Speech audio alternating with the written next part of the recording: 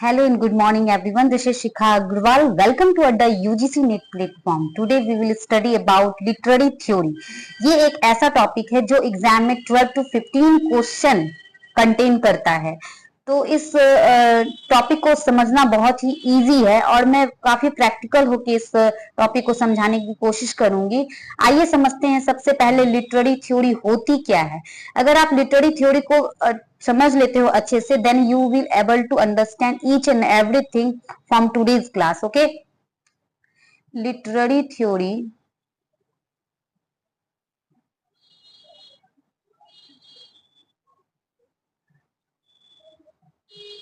Okay literary theory को समझने के लिए मैं एक बहुत ही प्यारा सा एग्जाम्पल ले रही हूँ। ये 3 लेंसेज है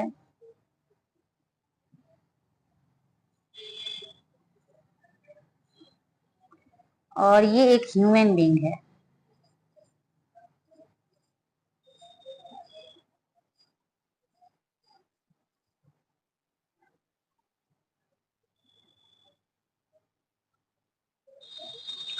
और एक बुक, सपोज ये एक बुक है जिसमें एक ब्रेड की स्टोरी दी हुई है।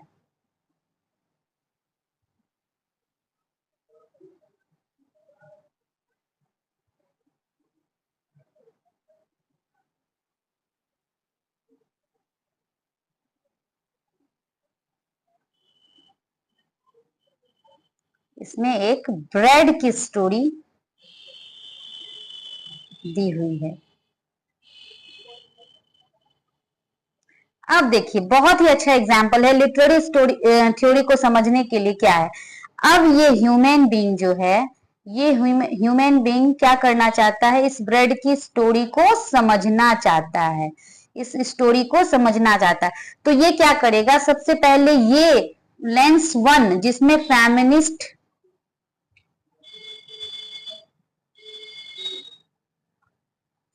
लेंस है, मार्क्सिस्ट लेंस है, ये स्ट्रक्चरलिज्म लेंस है।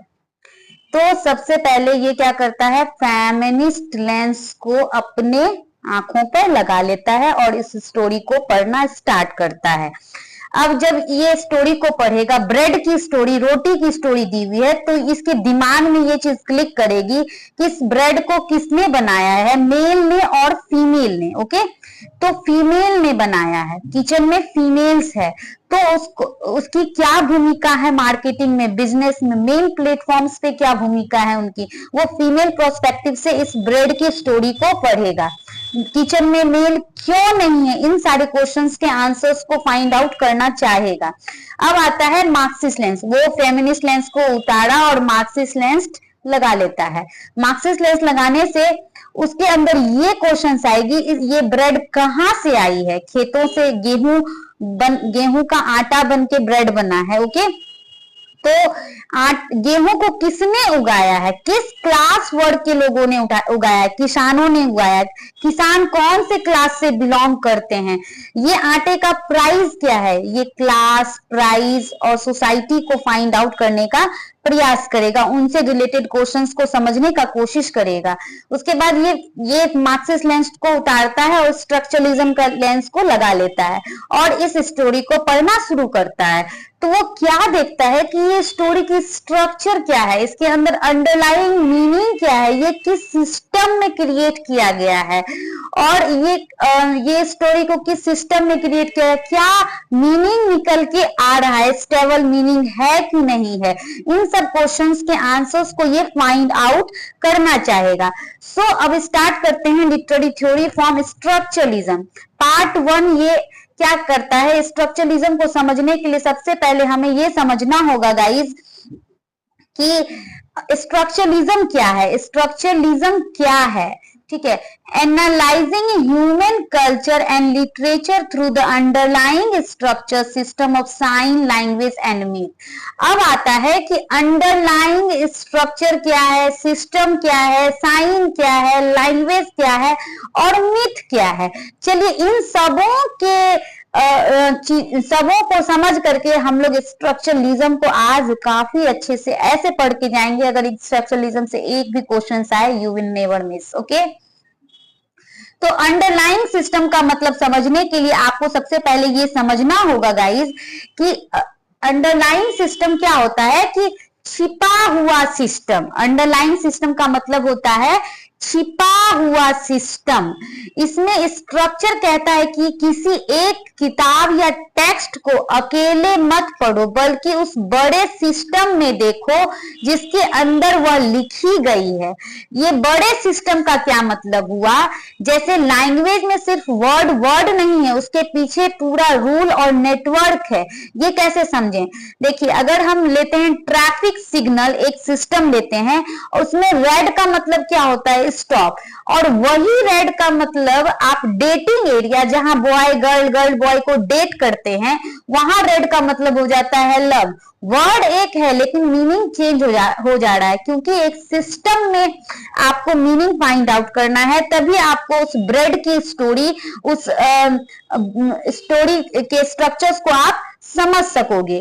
तो अंडरलाइंग स्ट्रक्चर्स का मतलब होता है structuralism focuses on discovering the structures governing human meaning rather than focusing on single text in studies the broader system। ठीक है, तो इसमें ब्रॉडर सिस्टम का मतलब मैंने बताया। अंडरलाइंग सिस्टम का मतलब क्या होता है कि छुपा हुआ मीनिंग। अब उस छुपे हुए मीनिंग में भी हम लोग दो चीज निकालते हैं, meaning is never inherent, meaning is never inherent, it is strictly relational. अब क्या बोल रहा है कि मीनिंग कोई छुपा हुआ नहीं होता है, ये एक रिलेशन से फाइंड आउट होता है। और ये रिलेशन क्या है, आइए समझते हैं।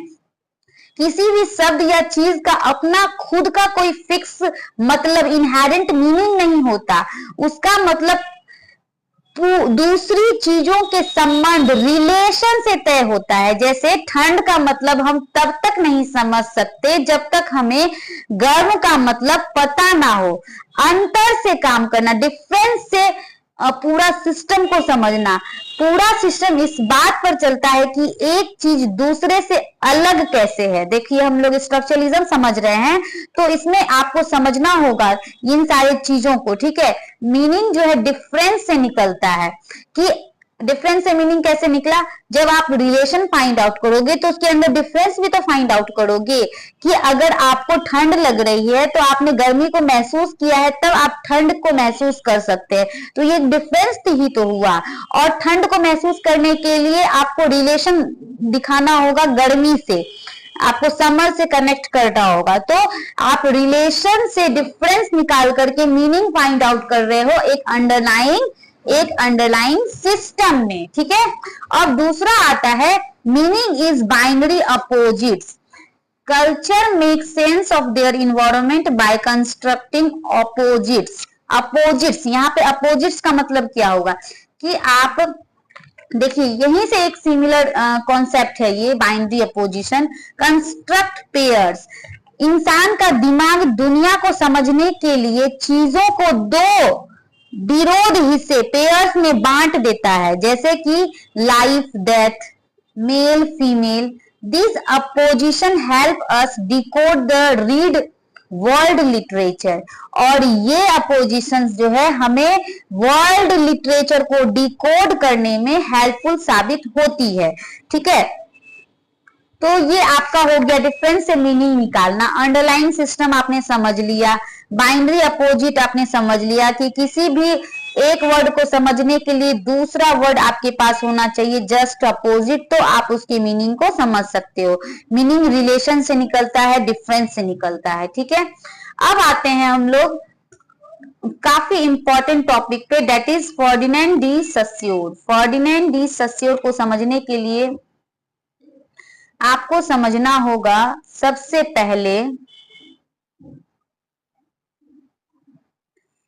कि सिग्निफायर, सिग्निफाइड और सिग्निफाइड फ्रेमवर्क क्या है। ठीक है, सिग्निफायर सिग्निफाइड फ्रेमवर्क को समझते हैं, आइए काफी अच्छे से। सस्योर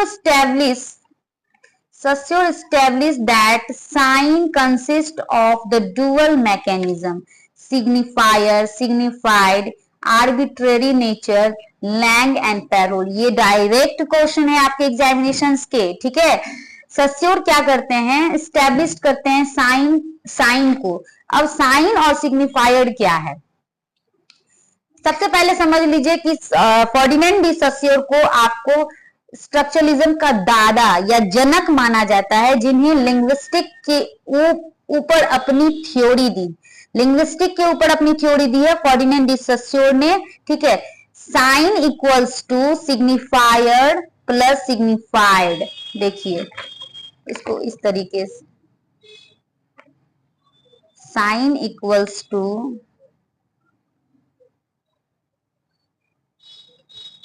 सिग्निफायर प्लस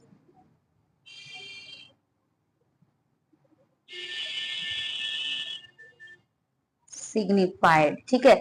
आइए इसको बहुत ही अच्छे से समझते हैं ताकि और भी क्लियर हो जाए चीजें।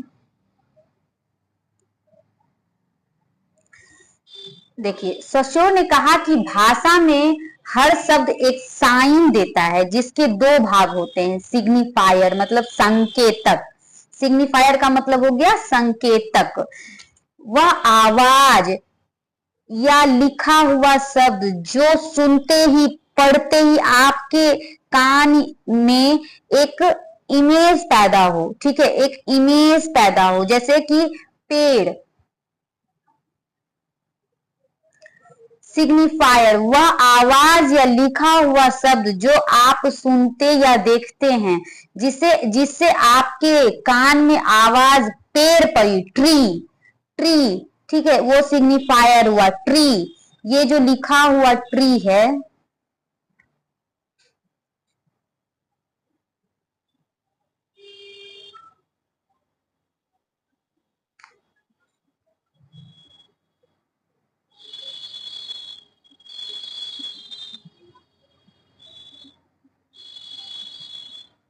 और ये पेड़, ये जो लिखा हुआ ट्री है ये आपका सिग्निफायर है। लेकिन इस ट्री को सुनते ही आपके माइंड में ये इमेज, ट्री की इमेज आ जाए, ये आपका सिग्निफायर है।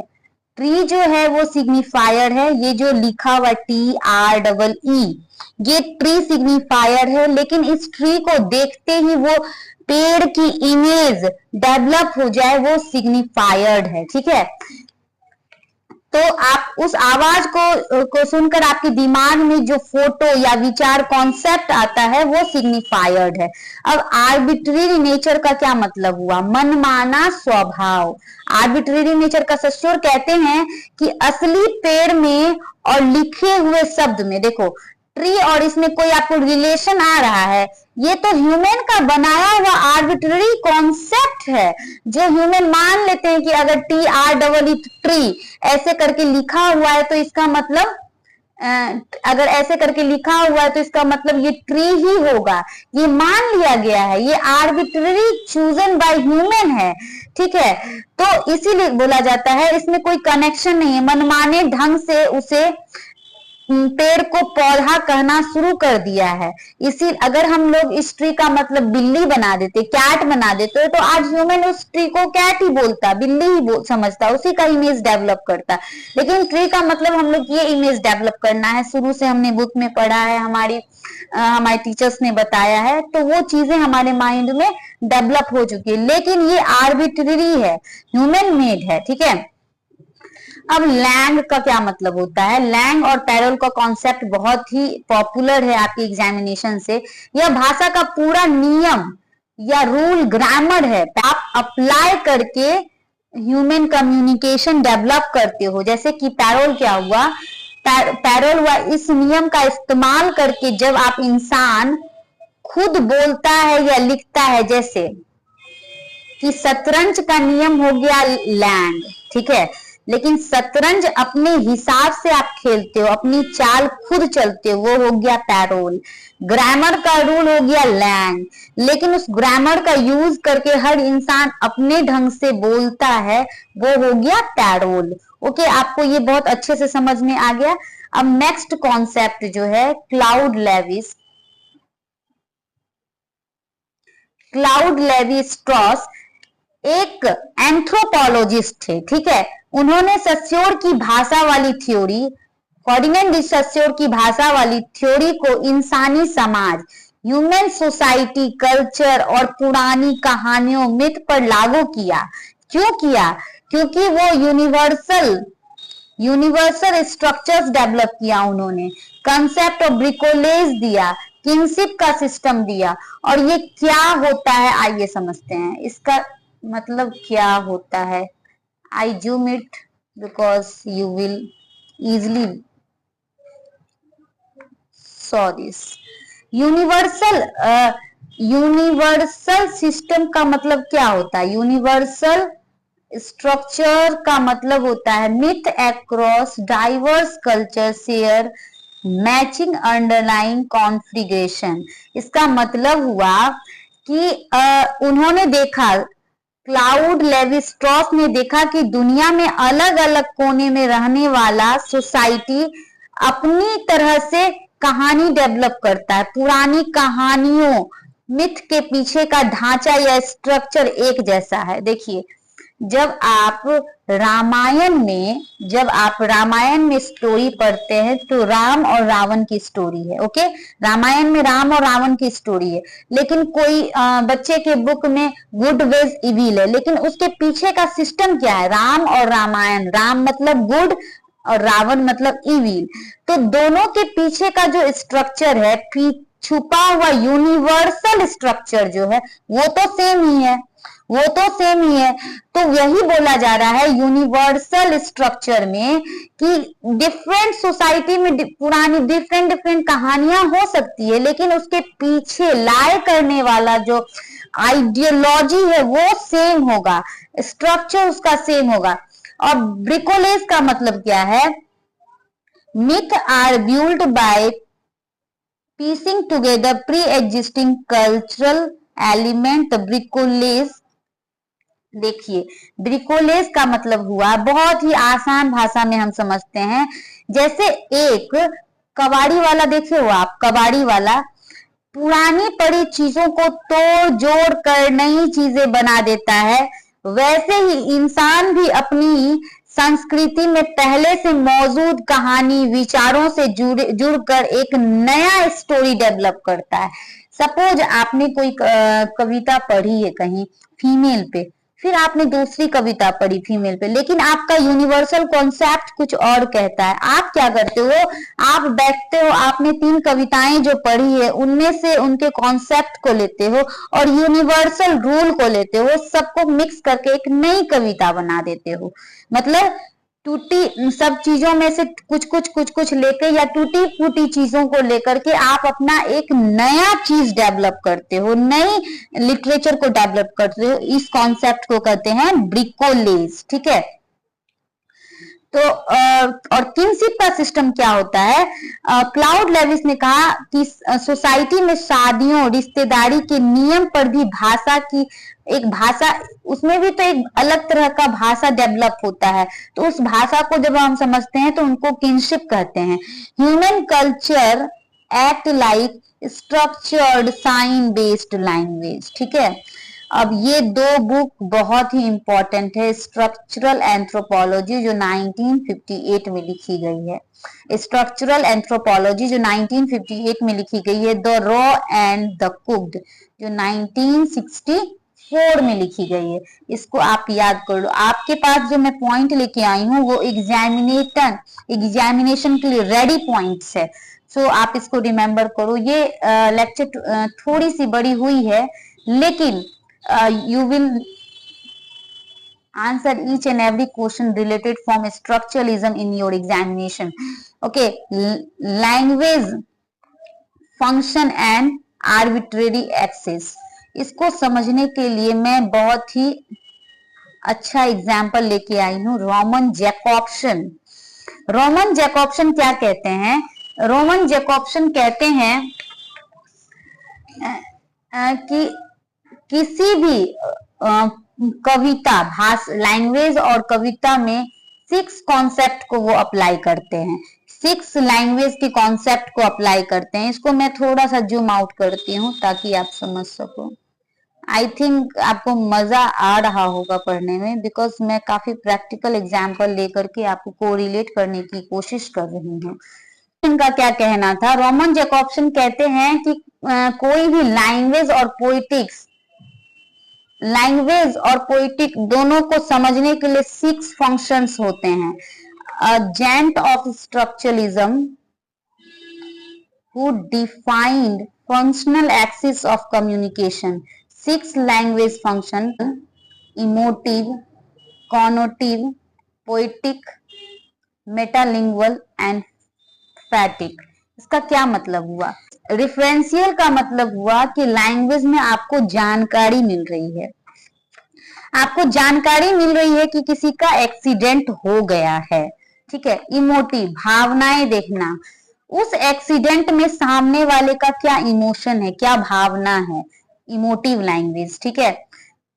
कॉनोटिव लैंग्वेज, सामने वाले को आदेश देना कि तुम जाओ, उसका एक्सीडेंट हो गया है, उसे हॉस्पिटल पहुंचाओ। पोइटिक लैंग्वेज, बात को सुंदर बनाना। देखो, अब पोइटिक लैंग्वेज में अगर किसी का एक्सीडेंट हो गया है तो उसको एक पोइटिक ढंग से उस टॉपिक को प्रेजेंट करना, ठीक है। और मेटालिंगुअल मतलब भाषा के बारे में ही बात करना मेटालिंगुअल होता है, ठीक है। और फैटिक लैंग्वेज होता है कनेक्शन चेक करना, जैसे हेलो, आवाज आ रही है या नहीं, कनेक्शन चेक करना। मेटालिंगुअल भाषा के बारे में बात करना। पोइटिक लैंग्वेज किसी इंसिडेंट को पोइटिक सुंदर बनाकर बोलना। कॉग्निटिव लैंग्वेज सामने वाले को आदेश देना, ठीक है। इमोटिव लैंग्वेज एक्सीडेंट हो गया है तो सामने वाले की भावनाएं क्या है, भावनाओं को देखना। रिफरेंशियल लैंग्वेज जानकारी देना, एक्सीडेंट हो गई है। अब आते हैं मेटाफोर और मेटानोमी पे। मेटाफोर और मेटानोमी क्या होता है? Metaphor operate based on similarity while metonymy function on association, ठीक है। इसका क्या मतलब हुआ? मेटाफोर का मतलब होता है जब आप कोई पोयम या बुक को पढ़ रहे हो तो उसमें सिमिलर वर्ड का यूज करना। जब आप किसी चीज को सीधे दूसरी चीज का नाम दे दें, क्योंकि दोनों में कोई एक जैसा गुण है, जैसे कि मेरा भाई क्लास का शेर है, क्या वो जानवर शेर है? नहीं, उसमें शेरों की तरह गुण है।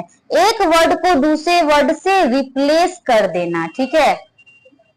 मेरा भाई शेर है। देखिए एग्जाम्पल है इसका, माय ब्रदर इज लायन। तो क्या वो सच में लायन है? नहीं, उसमें लायन की जैसी गुण है, उसमें लायन के जैसी गुण है। तो एक सिमिलर वर्ड से उसको रिप्लेस किया गया है कि माय ब्रदर इज लायन, एक सिमिलैरिटी शो की गई है। लेकिन मेटानोमी में क्या होता है? मेटानोमी में अब एक एग्जांपल लेते हैं कि एक जुड़ाव, एसोसिएशन, जब आप किसी चीज का नाम ना लेकर उसे जुड़ी हुई, उससे पास रहने वाली किसी चीज का नाम ले, जैसे कि पूरी क्लास हल्ला कर रही है, पूरी क्लास हल्ला कर रही है। क्या क्लास की दीवारें, बेंच, टेबल हल्ला कर रही है? नहीं, पूरी क्लास का मतलब उसमें जो बैठे स्टूडेंट्स हैं वो हल्ला कर रहे हैं। संसद ने फैसला लिया, संसद ने फैसला लिया। क्या संसद की दीवारों ने फैसला लिया? नहीं, संसद में जो नेता बैठे हैं उन्होंने मिलकर फैसला लिया। तो संसद को नेताओं से रिप्लेस करना। तो मेटानोमी का मतलब होता है कि एसोसिएटेड वर्ड, मेटानोमी मतलब एसोसिएटेड वर्ड। और मेटाफोर का मतलब होता है कि similar word. My brother is lion, तो लायन जो वर्ड है वो सिमिलर है, शेर के गुण को दिखाने के लिए, उनमें गुण ऐसा है उसको दिखाने के लिए बोला जा रहा है।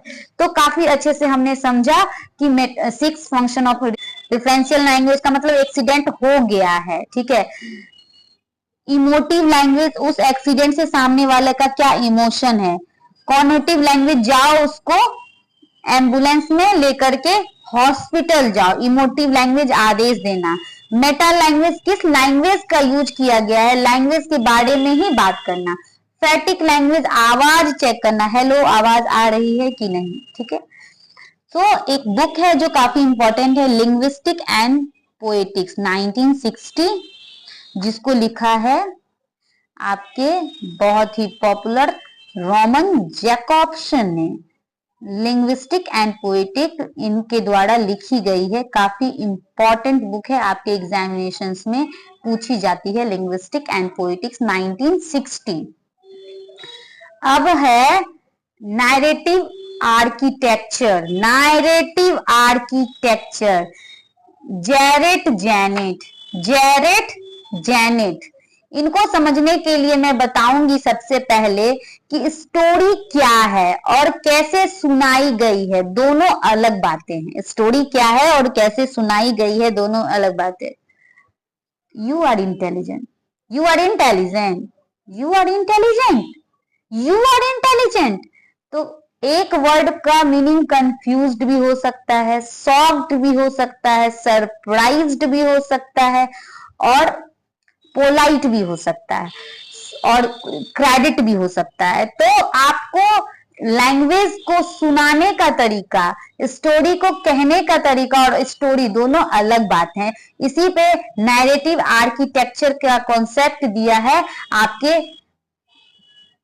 जेनेट ने, जेरार्ड जेनेट। जेरार्ड जेनेट ने नैरेटोलॉजी की शुरुआत की, यानी कहानियों का स्ट्रक्चर को समझने का विज्ञान, science to understand the language is narratology. तो ऑर्डर, कहानी में ऑर्डर, ड्यूरेशन और फ्रीक्वेंसी, ऑर्डर, ड्यूरेशन और फ्रीक्वेंसी की जब हम बात करते हैं तो आपको समझना होगा ना कि ऑर्डर, ड्यूरेशन और फ्रीक्वेंसी क्या है स्टोरी में। ऑर्डर होती है स्टोरी में जो घटना, इंसिडेंट किस टाइम लाइन में दिखाई जा रही है, जैसे फ्लैशबैक या फ्यूचर, ये ऑर्डर हो गया। ड्यूरेशन, कहानी की स्पीड कितनी है, कोई घटना जल्दी खत्म हो गई या बहुत लंबी खींची गई। फ्रीक्वेंसी, फ्रीक्वेंसी का क्या मतलब हुआ, फ्रीक्वेंसी का मतलब हो गया कि एक ही घटना को स्टोरी में कितनी बार दोहराया जा रहा है, घोस्ट उस घटने में कितनी बार आ रही है, एक्सीडेंट उस घटने में कितने बार हो रहा है, लव स्टोरी सॉन्ग कितने बार रिप्रेजेंट किया जा रहा है। तो फोकलाइजेशन, आप समझते हैं फोकलाइज। ऑर्डर का मतलब समझ गए कि टाइमलाइन क्या है, ड्यूरेशन का मतलब स्पीड से है, फ्रीक्वेंसी का मतलब एक ही स्टोरी कितने बार आई है इससे है। अब फोकलाइजेशन का क्या मतलब है, फोकलाइजेशन, जेरार्ड जेनेट ने फोकलाइजेशन को इस तरह बताया है कि स्टोरी को किसके नजरिए, प्रोस्पेक्टिव से देखा जा रहा है। जेनेट ने कहा कि कहानी सुनाना, नरेशन, कहानी को किसी की आंखों से देखना, फोकलाइजेशन, दो अलग बातें हैं। अब देखो ये कैसे बताया गया कि अगर आप फोकलाइजेशन को समझना चाहते हैं तो एक एग्जांपल से समझिए। जैसे कि रामायण की स्टोरी या महाभारत की स्टोरी लेते हैं। महाभारत की कहानी में कोई कृष्ण के प्रोस्पेक्टिव से उसको समझता है, तो कोई अर्जुन के प्रोस्पेक्टिव से समझता है, तो कोई ऑडियंस बनके उसके विचारों को बस सुनता है। तो एक कहानी का प्रोस्पेक्टिव, फोकलाइजेशन अलग अलग हो सकता है। आप कृष्ण के प्रोस्पेक्टिव से महाभारत को पढ़ो, मैं अर्जुन के प्रोस्पेक्टिव से महाभारत को पढ़ती हूँ, तो यही हो गया फोकलाइजेशन, ठीक है। तो और ये काफी इंपॉर्टेंट है समझना, ठीक है। ऑर्डर, ड्यूरेशन, फ्रीक्वेंसी, फोकलाइजेशन को हमने समझ लिया। अब हम लोग समझते हैं हाइपर टेक्सुअलिटी। हाइपर टेक्सुअलिटी का क्या मतलब हुआ, हाइपोटेक्स्ट और हाइपरटेक्स्ट और हाइपोटेक्स्ट। हाइपरटेक्स्ट का मतलब हुआ किसी पुरानी कॉन्सेप्ट, और हाइपोटेक्स्ट का मतलब हुआ इस कॉन्सेप्ट को यूज करके, ये बुक है एक, मान लो, और ये एक और बुक है, ये बुक है तुलसीदास जी की रामचरितमानस। मैं इंग्लिश पढ़ा रही हूँ लेकिन एग्जाम्पल ले रही हूँ अपने ताकि आप कनेक्ट करके फिर आप जब पढ़ो तो उसको अप्लाई कर सको। तुलसीदास जी की जब रामचरितमानस को पढ़ते हैं तो वो हाइपोटेक्स्ट है। हाइपोटेक्स्ट का मतलब हो गया ओरिजिनल बुक, लेकिन उसको समझने के लिए रामचरितमानस आपने पढ़ी, आपको नहीं समझ में आया, सपोज उसकी लैंग्वेज नहीं समझ में आई, कुछ भी आपको नहीं समझ में आया, तो रामचरितमानस को समझने के लिए आप वाल्मीकि जी का रामायण का आधार लेते हो। अब आया ये हाइपोटेक्स्ट। वाल्मीकि जी का जब आप रामायण पढ़ते हो तो वो हो गया आपका हाइपोटेक्स्ट, और तुलसीदास जी का जब आप रामचरितमानस पढ़ते हो तो ये हो गया हाइपरटेक्स्ट। तो समझ में आया हाइपरटेक्स्ट और हाइपोटेक्स्ट का क्या मतलब हुआ। अब इस दोनों को जब आप समझ गए तो हाइपरटेक्सुअलिटी का मतलब ऑलरेडी यू विल अंडरस्टूड। अब आते हैं नॉर्थ ऑफ कॉमेडी यानी नया जन्म, रीबर्थ। आइए नॉर्थ ऑफ फ्राई काफी बुजुर्ग हो गए थे, उन्हीं की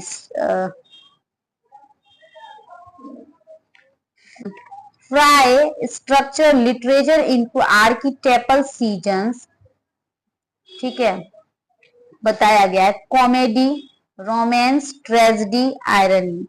तो कॉमेडी को स्प्रिंग बोला गया है। स्प्रिंग का मतलब होता है रीबर्थ, ठीक है। Confusion, move to order. Story में जब आपको कंफ्यूजन दिखे, एक ऑर्डर दिखे, लेकिन लास्ट में सब कुछ ठीक हो जाता है, रीबर्थ।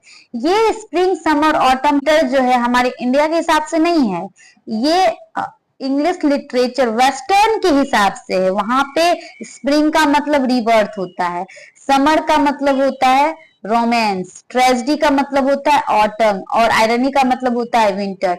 मतलब स्टोरी में जब आपको समर है, रोमांस है, कॉमेडी यानी नया जन्म, रीबर्थ, रोमांस, रोमांस यानी मिशन, ट्रेजेडी का मतलब हो गया फॉल, और सटायर का मतलब हो गया किसी का मजाक उड़ाना, लेकिन ठंडी तरीके से उसको सुधारने के लिए, ठीक है। तो आज स्ट्रक्चरलिज्म हम लोग यहीं पे एंड करते हैं, ताकि आप, मैं समझती हूँ कि आपको ये पीडीएफ मेरे टेलीग्राम लिंक पे बिल्कुल फ्री ऑफ कॉस्ट आप ले सकते हो। उसके लिए आपको मेरे टेलीग्राम चैनल को ज्वाइन करना पड़ेगा, जो कि यूट्यूब के डिस्क्रिप्शन में दिया हुआ है। और यूं ही बने रहे, I hope you will like it, और best of luck for your examination. Thank you.